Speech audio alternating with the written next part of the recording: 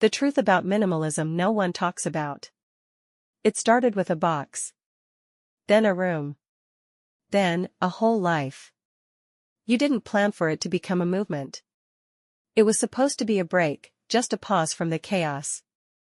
One cardboard box, filled with old clothes, expired dreams, tech cables that led nowhere. You left it by the door like a confession. And somehow, that felt like exhaling. The room followed. You cleared the desk, painted the walls white, donated books you never read but kept for the way they looked on a shelf. The emptiness whispered to you, soft and pure. Your anxiety dulled, you sleep better. People started to notice. Your space looks like one of those calm Japanese cafes. You smiled. You smiled. Because it did. Your mornings became rituals, matcha instead of coffee, sunlight instead of alarms. You posted a photo of your tidy desk and clean floor. It got shared. Then reshared. You started a page. Minimalism, it seemed, was marketable peace. You became admired. Comments poured in, I wish I could live like this. You're living the dream. But somewhere between the decluttered closets and monochrome outfit flatlays, a strange unease crept in. Not loud. Not even unpleasant. Just, off. Like something was watching. Like you were performing. You noticed yourself rearranging the furniture, not for function, but for symmetry. You skipped messier hobbies. You paused before buying art because it didn't match the grid. You started to feel boxed in. By your own box. Then one day, you opened your budgeting app and froze. Despite having less, you'd spent more in 3 months than the last 6 combined. Bamboo organizers. Handcrafted mugs. That modular Japanese lamp. All under the banner of intentional living. You whispered it aloud, like a curse, I'm buying more. In the name of owning less. The walls didn't answer. But the algorithm did, with an ad for minimalist sneakers. White. Ethically made. Just $139. And just like that. The escape began to feel like a trap. I wasn't saving money, I was spending it smarter. Or so I thought. At first, the math made sense. You weren't impulse buying anymore. No more weekend hauls, no discount codes saved. Everything you bought now had a purpose, a story, a soul. You told yourself, this is conscious consumption. But the receipts told a different story. The sleek desk lamp? $240.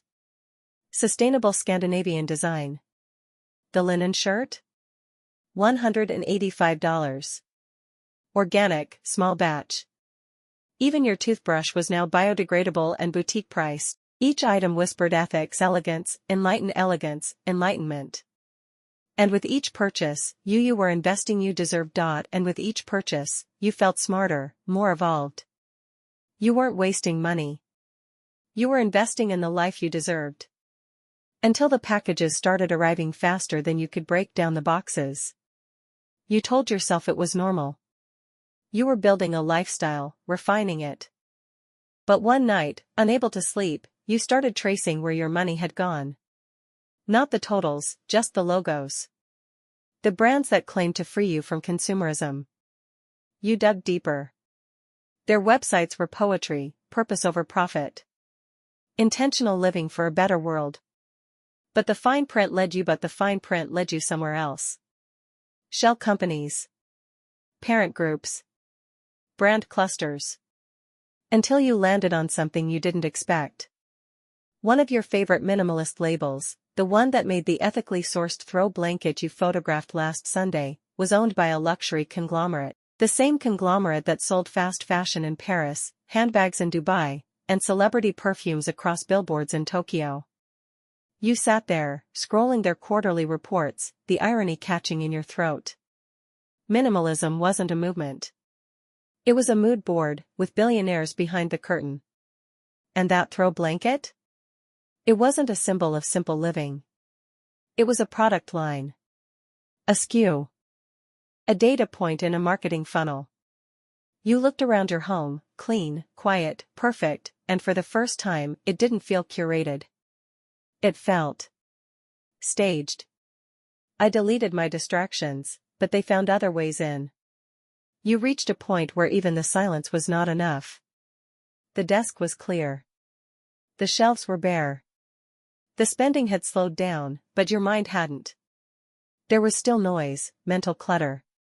Notifications, feeds, messages, updates. Endless scrolls disguised as progress. So you declared a digital detox. No more social apps. No email before noon. Screen time cap. You deleted icons like you'd once thrown out shoes, calmly, with purpose.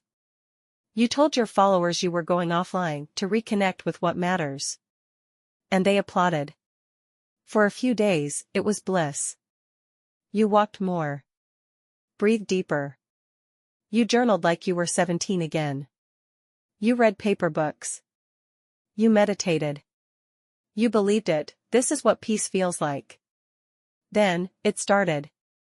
You opened a browser to check the weather, and the ads were waiting. Minimalist planners. Noise-canceling headphones for your mindful routine. Guided digital detox retreats. A white noise generator called Still. Your screen. Your screen had learned your silence. And suddenly, everywhere you turned, there it was. Not the chaos of the old internet, but a new kind, perfectly targeted serenity. Minimalism, now with free shipping. Your detox had become a new brand identity. Even the apps you'd kept, the productive ones, the minimalist habit trackers and journaling tools, they began pushing updates. New colors. New pricing tiers. Enhanced clarity features. They weren't helping you escape the digital noise. They were monetizing your desire to. You had one night, lying in bed, you stared at your screen-free clock and realized something chilling. You had removed the notifications, but not the influence. Later, in a quiet moment of research, you uncovered the final thread.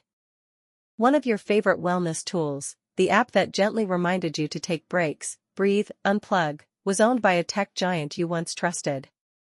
A company whose other products you had already abandoned, thinking you'd escaped their reach. You hadn't. They just followed you into your quiet.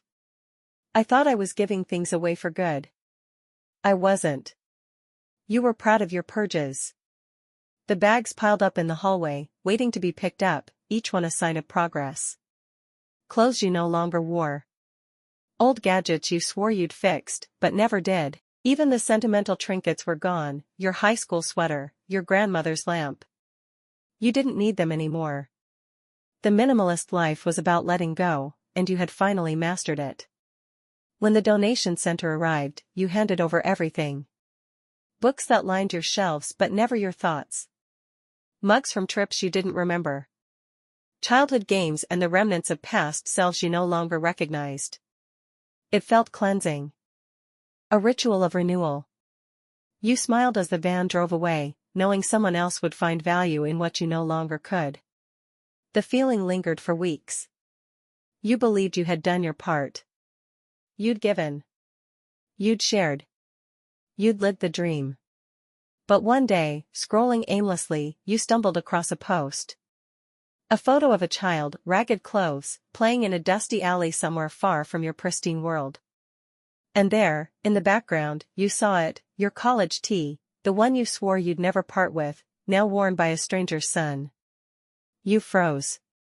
The caption read, "A new life. Thanks to donations." At first, you didn't know what to feel. Pride? Guilt? But then you dug deeper. This wasn't charity.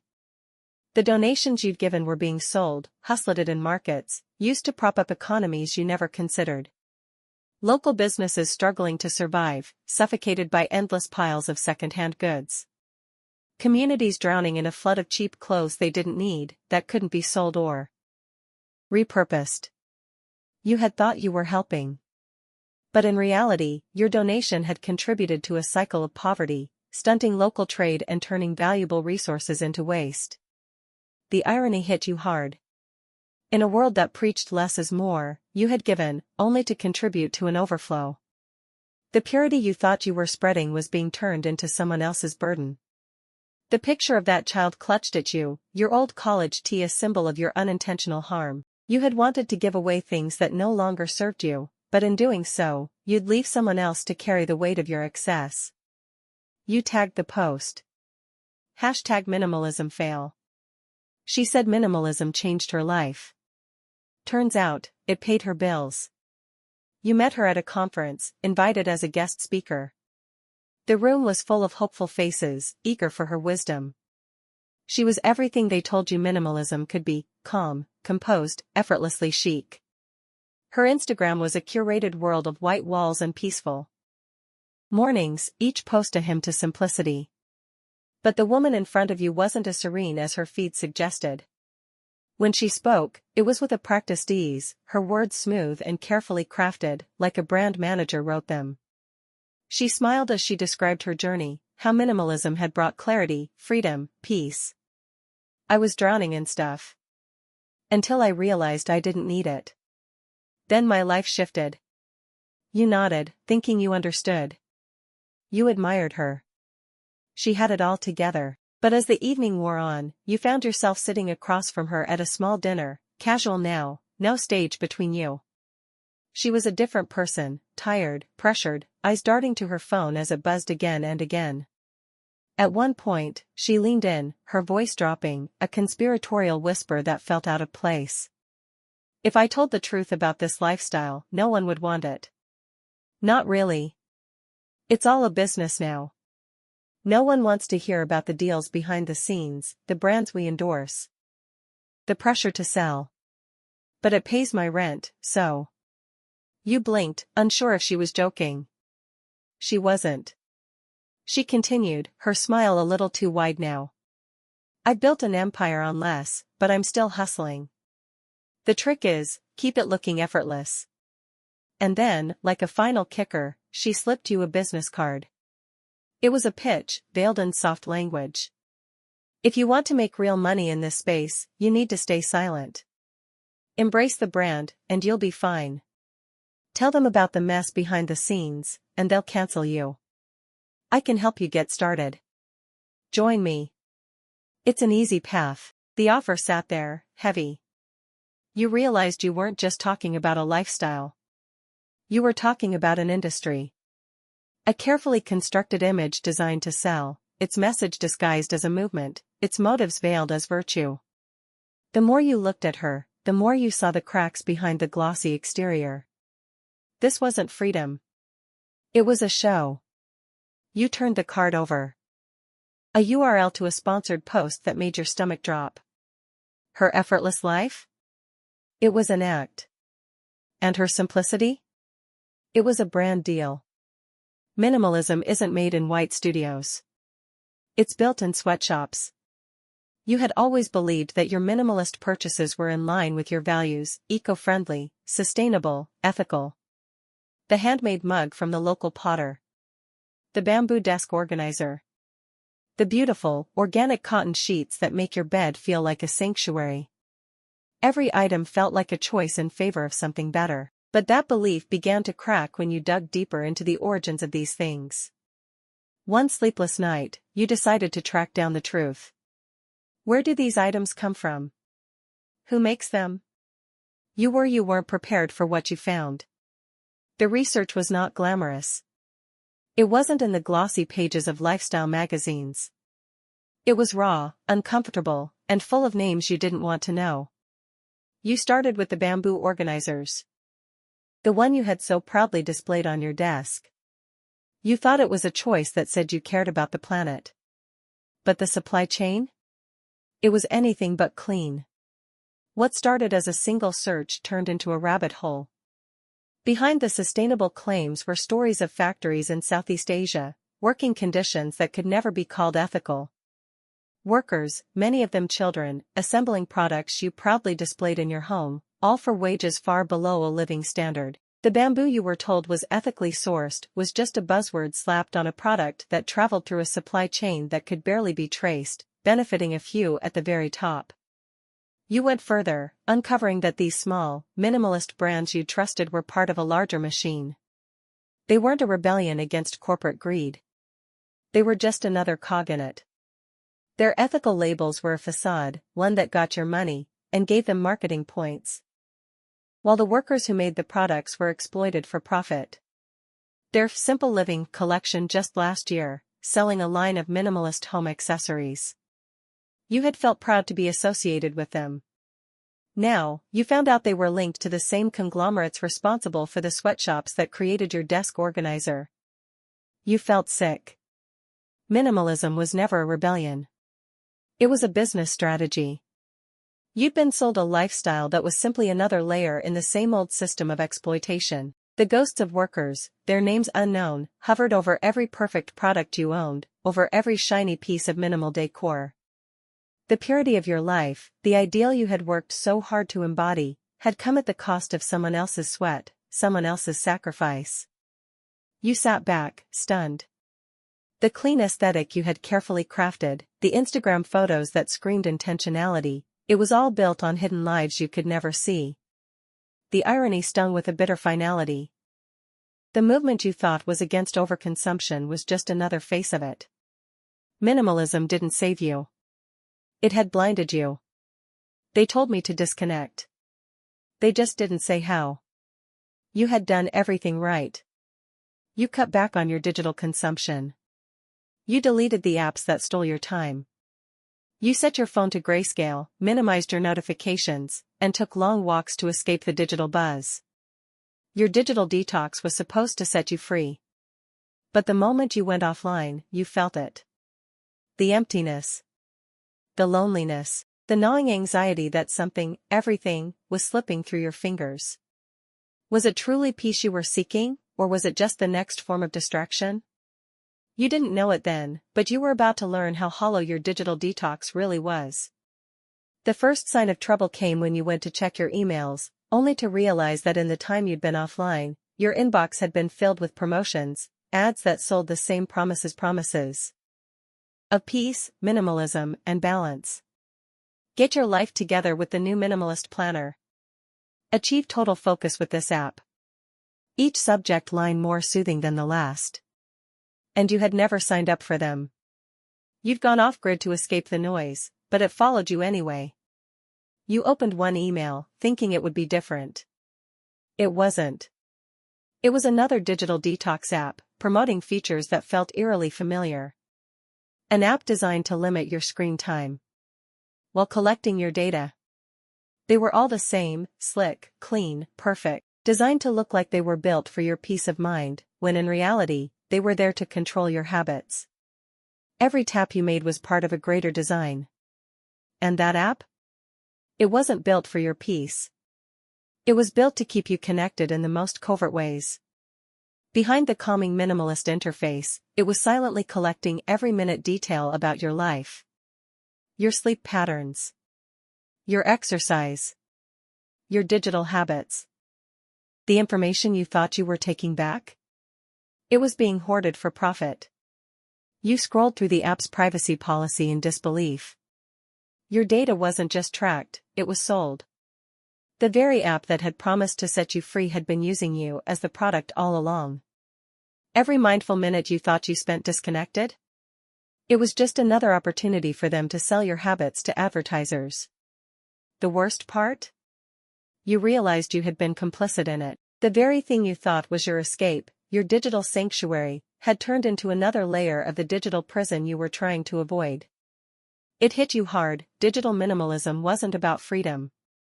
It was about redirecting you into another system of control. A sanitized version of the world that kept you tied to screens, kept you addicted to self-improvement, kept you consuming, just in more subtle, more insidious ways. You weren't off the grid. And you didn't even know who was pulling the strings. It was never a movement. It was a market. The invitation arrived in your inbox one morning, a sleek, white-angled email with the subject line, "Unlock the secrets of true minimalism, exclusive retreat." You hadn't asked for it, but it felt like the natural next step. After all, you had been living the minimalist life for months, why not learn from the experts?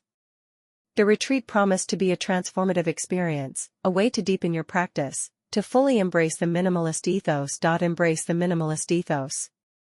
You thought it was about simplicity. But it turned out to be about control. When you arrived at the retreat center, you were immediately struck by its sterile beauty. White walls, open spaces, perfect symmetry. The air smelled like clean linen, the lighting soft and warm. It looked like an Instagram post come to life, a perfect minimalist dream. The other attendees were all dressed in neutral tones, their faces serene, almost unreal. Everyone was here for the same reason. To learn how to live with less, to shed their burdens, to be liberated. But as the retreat went on, the cracks began to show. The workshops were scripted. Everyone was encouraged to repeat the same phrases, as if by chanting them they would unlock some hidden wisdom. Simplicity brings peace, they said, over and over. Less is more. Each statement felt like it was a mantra, but it wasn't just about the philosophy anymore. At night, after the group meditations, you started to feel the pressure. You noticed the leaders of the retreat, smiling, polished, perfect, were always talking about alignment with the minimalist lifestyle.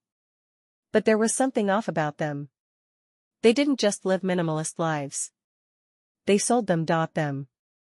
Their products, their books, their branded courses, they were everywhere, subtly pushed throughout the sessions. It wasn't a retreat for liberation. It was a marketplace. And you were the product. As the days passed, you felt it, the subtle indoctrination. You were encouraged to buy into the true minimalist way, to adopt the perfect aesthetic, to prove your worthiness through the things you owned, or rather, didn't own. The more you let go, the more right you felt, the more accepted you were.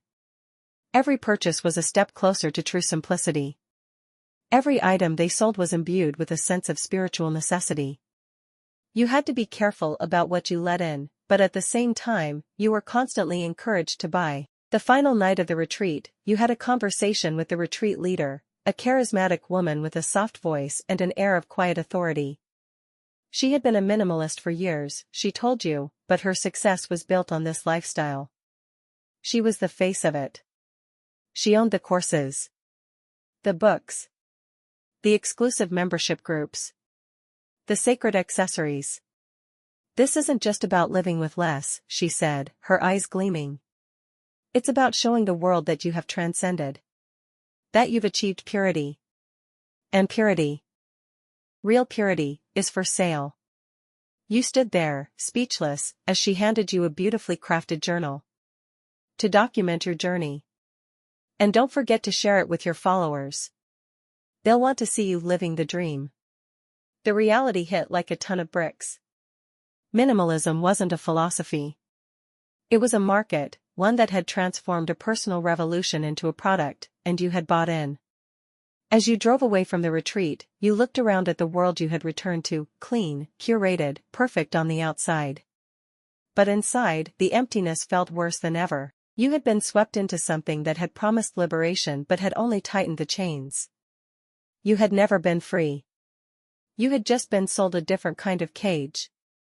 If I told the truth, I'd lose everything. But if I didn't, I'd lose myself. The first video you posted was a quiet rebellion.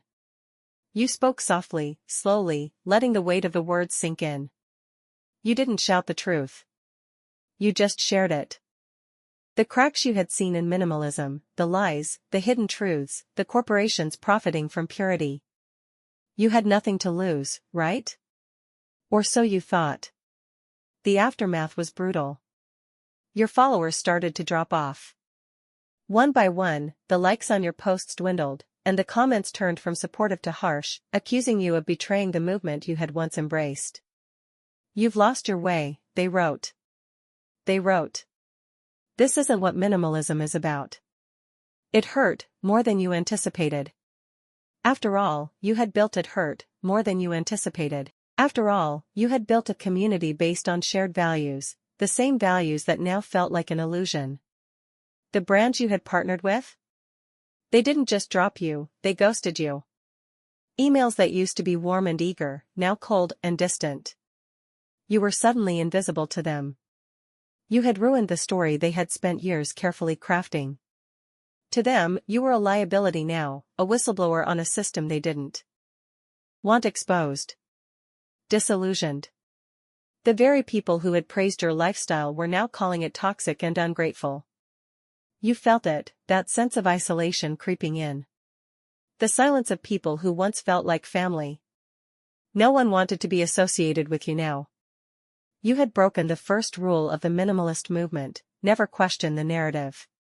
But then, something unexpected happened. A private message popped up. It was from one of your earliest critics, someone who had once called you a hypocrite. They had watched your video, and unlike the others, they weren't angry. They were grateful. I've been watching the same thing happen to me, they wrote. I didn't know who to talk to. But I can't live the lie anymore. You're not alone in this. There are more of us than you think. They weren't the only one. More people reached out, quiet, private messages, from people who had followed the minimalist movement, who had lived it, who had seen the same cracks in the system. The more you spoke out, the more voices you began to hear. These weren't people who wanted to stay silent. These were people who wanted the truth to be known, to reclaim what minimalism had once stood for. The tide was shifting, but it wasn't fast enough. You had lost friends. You had lost business. You had even lost parts of yourself. But in the silence, you had found something else. You had found your integrity. You had found your voice. And it was louder than you ever expected. Minimalism didn't fail me. I failed to question it. The final realization hit you with a clarity that was as jarring as it was liberating. You had spent months, years, chasing an ideal of minimalism that was never truly yours. It wasn't about living with less. It wasn't about the curated aesthetic, the perfectly empty shelves, or the pristine social media feeds. It had never been about the physical objects you owned, or didn't own. It had been about a deeper kind of awareness. A more profound kind of intentionality. You sat in the middle of your apartment, now filled with things that didn't need to be perfect, things that felt true to you. The sleek, minimal furniture was gone. The plain white walls had been replaced by art that spoke to you. The pristine, spotless surfaces were now punctuated by personal artifacts, books you loved, souvenirs from places that mattered, things that told your story, not just a story of less. The space felt messy, yes, but it also felt alive. You had redefined minimalism. It was no longer about chasing an ideal of purity, it was about finding balance. It was about enough. Enough space, enough objects, enough time. Not for the sake of appearance or perfection, but for purpose, for meaning, for self-awareness. You no longer cared about the idea of living with less as some kind of badge of honor. It was never about owning fewer things, it was about owning only what mattered. You had begun to appreciate the simplicity that came with having things that served a purpose, things that brought you joy, things that were connected to your life in meaningful ways. Not because they fit an aesthetic, but because they fit you. But this wasn't just a change in the way you lived. It was a change in the way you thought. You weren't just throwing things away anymore, you were choosing what to keep with intention. And you weren't afraid to question everything. Minimalism didn't fail you. You had failed to question it in the first place. You opened your laptop, a few months after the storm had passed. You saw the comments on your last video, the one where you had told the full truth. It had been your least popular video, but it had also been the one that had started a movement. You didn't expect much, certainly not the kind of impact you were seeing. But there it was, under the video, the truth about minimalism no one talks about. The comments were flooding in. People were resonating. They were sharing their own stories, their own discoveries, their own versions of minimalism, unfiltered and unpolished. It wasn't just a video anymore. It was a conversation that had started a wave, a quiet rebellion against the glossy, curated version of minimalism. And then you saw it, the hashtag. The one that had begun to take off in the comment section, in the posts, in the new community that was slowly forming around this new, honest approach to minimalism. #real minimalism. Your phone buzzed. It was a message from one of the people who had reached out to you privately. You've changed how I see this whole thing. I thought I was doing it wrong, but now I realize I just wasn't being true to myself. You smiled. You had found it, not the perfect, Instagrammable minimalism, but the real one. The one that was messy, human, imperfect, and alive. You had set out to expose the truth about minimalism. What you didn't expect was that in the process, you would find your own. The camera zoomed out, and you could hear the soft hum of the city beyond your window. Your space was imperfect, yes, but it was yours. And in that imperfection, you had found freedom. The final scene of your video faded out, but this story wasn't over. It had just begun.